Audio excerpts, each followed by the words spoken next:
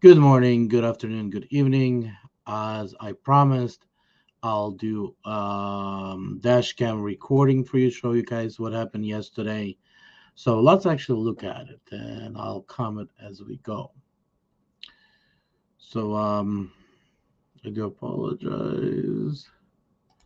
Let's see if this is better. And New YouTube video. as always, my phone on the road. So let's play this through and kind of see what happened here.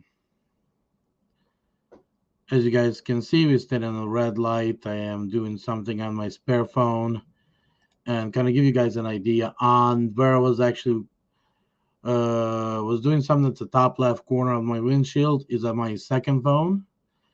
There I do control spreadsheet and run additional apps and etc. On the top right, where would be a center console, where would be a stereo, that's actually where is my primary phone, the one that I run primarily my main apps.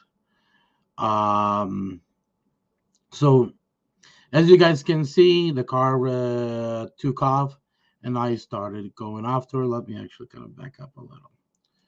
So you guys can see as he started moving, so started I. And then I'm not sure exactly what was I looking at on my left hand.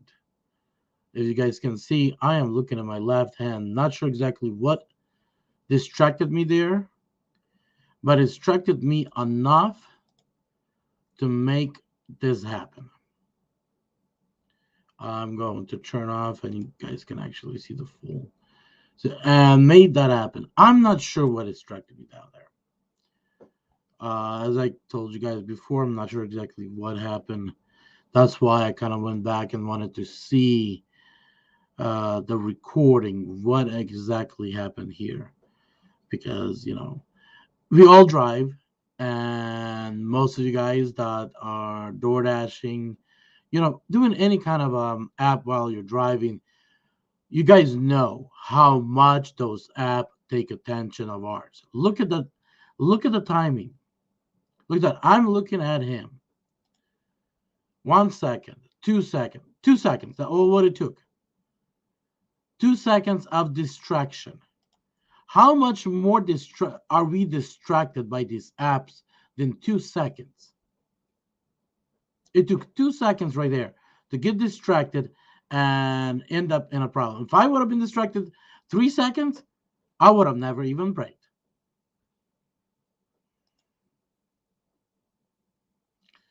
So I didn't. I caught it out where because he kind of drew around the block to pull up to the gas station, and then we pulled up, and I want to actually show you guys something right here's actually sorry because my light I'm kind of having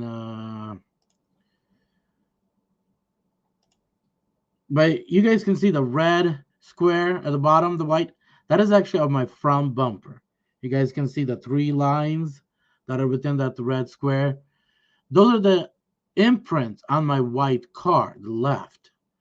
I'm guessing is from the clear coat of the imprint, and also, of course, my car is 12 years old, so the age of the clear coat is not as um, healthy, so that's why I probably got an imprint.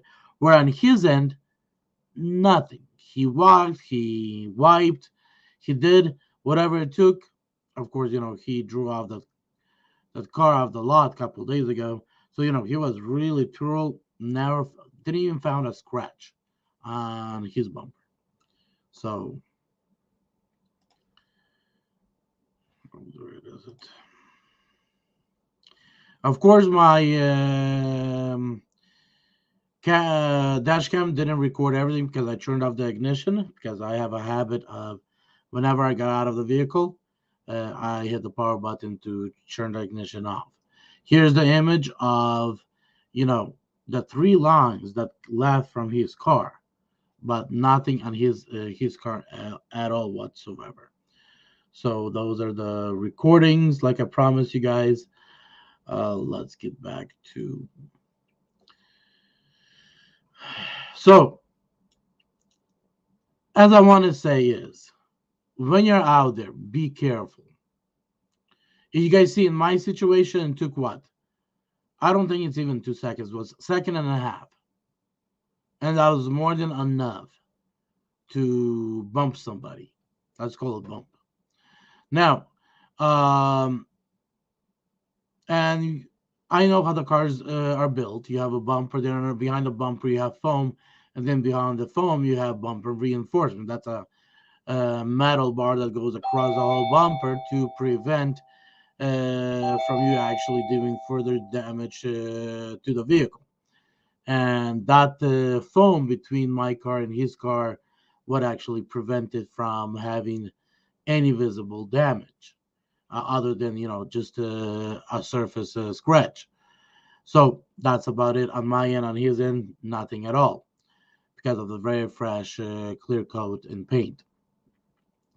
But what I said, be careful out there. And DoorDash, Uber, and all the rest of these apps, you guys have to come up with a solution where we can continue doing the business, but at the same time, don't put ourselves as well as other drivers out there under the risk because we have to fumble with your app where sometimes it doesn't even work. So I think things has to change in this industry. People maybe have to plan in ahead of time when they want to have that meal, when they have to have that delivery. Those deliveries has to be picked up before person starts the shit or before person turns that ignition on. But we cannot continue fumbling with whatever is on that app. Are we planning? Are we trying to calculate is that delivery worth it? Whatever it is, we cannot do that while we drive because we put ourselves as well as other under the risk. So, drivers, be safe, be smart, and remember, every second counts when you are behind the wheel. For me, it was about a second and a half. If I would have been half a second sooner, n- noticed the situation, I would have probably stopped on time. See, that half a second made a big difference. I know every single one of you that drive out there. You know how many times you put yourself and others under a danger because you got distracted by something or by the app that you're driving for. But that half a second or a second or 2 seconds was enough for you to prevent it. But there might come a day when you might fall half a second short. I've been driving for a lot in my life. I've driven a lot of miles. And I was saying, this day will never happen. Even though I knew that I am distracted by these apps too much than I would love to be. And yesterday, that day came. Did that day came as a warning? Because I walked away without an issue. But that came as a warning to me that I have to stop paying attention to those apps while I'm driving because I'm starting to get too distracted by the apps. I put too much of attention on them. That's one of the reasons why I stopped driving for DoorDash because it is too much for me. I don't feel any more safe on the road with paying too much attention to DoorDash because too many offers are just useless, and because of those offers, I'm taking my eyes off of the road onto that phone.